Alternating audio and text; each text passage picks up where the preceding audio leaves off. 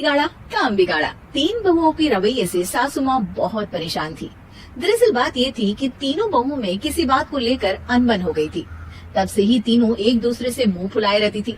ना कोई सीधे मुंह किसी से बात करती, ना किसी का कहना मानती। पड़ोसी भी इस बात को जानते थे और जाने कैसे कैसे बातें भी करते। इसीलिए सासू माँ ने तीनों बहुओं को तुरंत अपने कमरे में बुलाया। मैं कई दिनों से देख रही हूँ, तुम तीनों अलग अलग सारे काम कर रही हो। ये सब नहीं चलेगा, तीनों को मिलकर ही काम करना पड़ेगा। सास की बात सुनकर एकदम से बड़ी बहू बोल उठती है। नहीं मम्मी जी, मैं इन दोनों के साथ कुछ नहीं कर सकती। मैं इस घर की बड़ी बहू हूँ, फिर भी ये मेरा कहना बिल्कुल भी नहीं मानती। अरे जेठानी जी, जानबूझकर मुझे डबल काम करवाती है आप। और छोटी मुझसे टेढ़े मुंह ही बात करती है। इन दोनों के बीच हमेशा सैंडविच बन जाती है मेरी, और मैं हमेशा आलू की तरह बीच में मसली जाती हूँ। मम्मी जी, इन दोनों को लगता है कि मैं छोटी हूँ तो इनके पैरों तले दब जाऊंगी, लेकिन नहीं, मेरा भी उतना ही अधिकार है जितना इन दोनों का है। बड़ी आई दोनों मेरी चुगली करने के लिए, मुझे क्या कम समझ रखा है। तीनों बहू एक दूसरे से बहस करने लगती है और सास दोबारा ये देखकर टेंशन में आ जाती है और सबसे कहती है, चुप हो जाओ, अब से तुम तीनों सारे काम एक साथ करोगी। आंख बंद करके एक दूसरे की बात सुनोगी।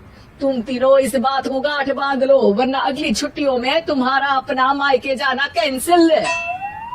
सास की बातें सुनकर डर के मारे तीनों हामी भर देती हैं।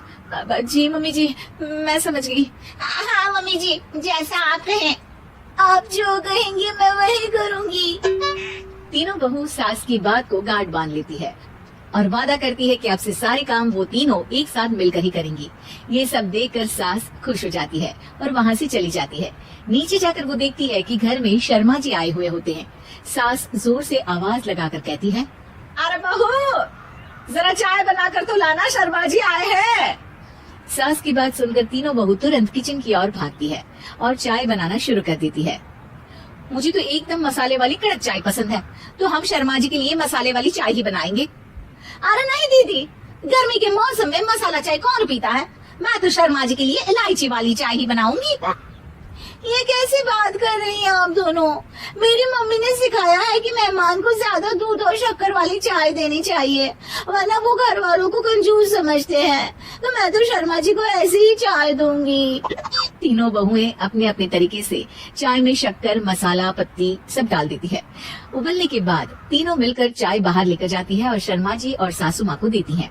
चाय पीने के बाद शर्मा जी सासू माँ को देखकर शर्मा जाते हैं और शर्मिंदा महसूस करते हैं कि आखिर उन्होंने चाय पीने के लिए हामी क्यों भरी। सासू माँ भी चाय पीना शुरू करती है और कहती है, अरे बहू, ये कैसी चाय बनाई है? चाय है या मीठे दूध की बासुंदी? हाँ, चाय अच्छी नहीं लगी क्या? कोई बात नहीं, हम पराठा बनाकर लाते हैं। चलो चलो अंदर। हाँ हाँ चलो। हाँ आती हूँ मैं भी। नहीं, मेरा पेट चाय नहीं चौपट कर दिया, वही काफी है। पराठे से पोपट नहीं करवाना, मैं तो चलता हूँ। शर्मा जी चुपचाप पतली गली से निकल जाते हैं। अगले दिन सास बहुओं से कहती है, अरे बहू, जाओ जाके ऊपर के गेस्ट हाउस की सफाई कर दो। कल हमारे यहाँ मेरे दूर के रिश्तेदार आने वाले हैं, तो पूरे कमरे को चमका देना, समझी? तीनों बहू सास की बात को मानकर ऊपर सफाई करने चली जाती हैं और तीनों कमरे की सफाई चालू कर देती है। बड़ी बहू मकड़ी के जाले साफ करती है, तो बीच वाली झाड़ू लगाना और छोटी वाली सर्फ डालकर जमीन धोना शुरू कर देती है। अरे दीदी, जिठानी जी, अभी मैंने पूरी फर्श धोई और अब फिर से धूल नीचे गिरा रही हैं। और मछली जिठानी जी, आप बिना झाड़ू की धूल यहाँ छटक रही हैं। अरे तीनों को साफ करना है, एक साथ सफाई करते हैं ना। अरे वही तो, हम साथ साथ हैं, घर साफ साफ है। तीनों बहू ऐसे ही काम में उलझ जाती है और 2 घंटे तक एक ही कमरे की सफाई करती रहती है। बहुत देर से अपनी बहुओं को ना देखने के कारण सास ऊपर कमरे में उन्हें देखने जाती है, लेकिन कमरे में घुसते ही वो गीली फर्श पर फिसलने के कारण नीचे गिर जाती है। ओरी मोरी मैया, हड्डी मरोड़ के रख दी। आए, मेरी तो कमर ही टूट गई रे। तीनों बहुएं सास को उठाती है और बिस्तर पर सुला देती है। अरे मेरे हाथ पैर दर्द कर रहे हैं, दबा दो, आराम मिलेगा। हाँ जी माँ जी। अरे जी माँ जी, जी माँ जी। और तीनों बहुएं एक साथ सास के हाथ को दबाना शुरू कर देती है। माँ की तो चीख ही निकल जाती है और नतीजा ये होता है कि सास के बचे हुए शरीर में भी दर्द उठ जाता है। हाय राम, ये क्या कर दिया तुम तीनों ने। अरे मेरी तो किस्मत ही फूटी है कि तुम जैसी बहुएं मुझे मिली। हे भगवान, पूरे शरीर में दर्द बढ़ गया है। अब तो पता नहीं कि चल भी पाऊंगी या नहीं। माफ करो, मुझे गलती हो गई मुझसे कि तुम तीनों को एक साथ काम करने के लिए बोला। सोचा था तीनों मिलके अच्छे से काम करेगी, लेकिन बड़े बुजुर्ग सही कहते थे कि तीन तिगाड़ा काम बिगाड़ा। तुम लोगों ने ये बात ना आज साबित करके दिखा दी। तुम तीनों को तो समझाना यानी मानो भैंस के आगे भी न बजाना है। तुम्हें अकेले अकेले काम करना है ना, तो अब से तुम अकेले ही अपना अपना काम करो। तीनों बहुएं वहाँ से जाने लगती है। अरे कहाँ जा रही हो?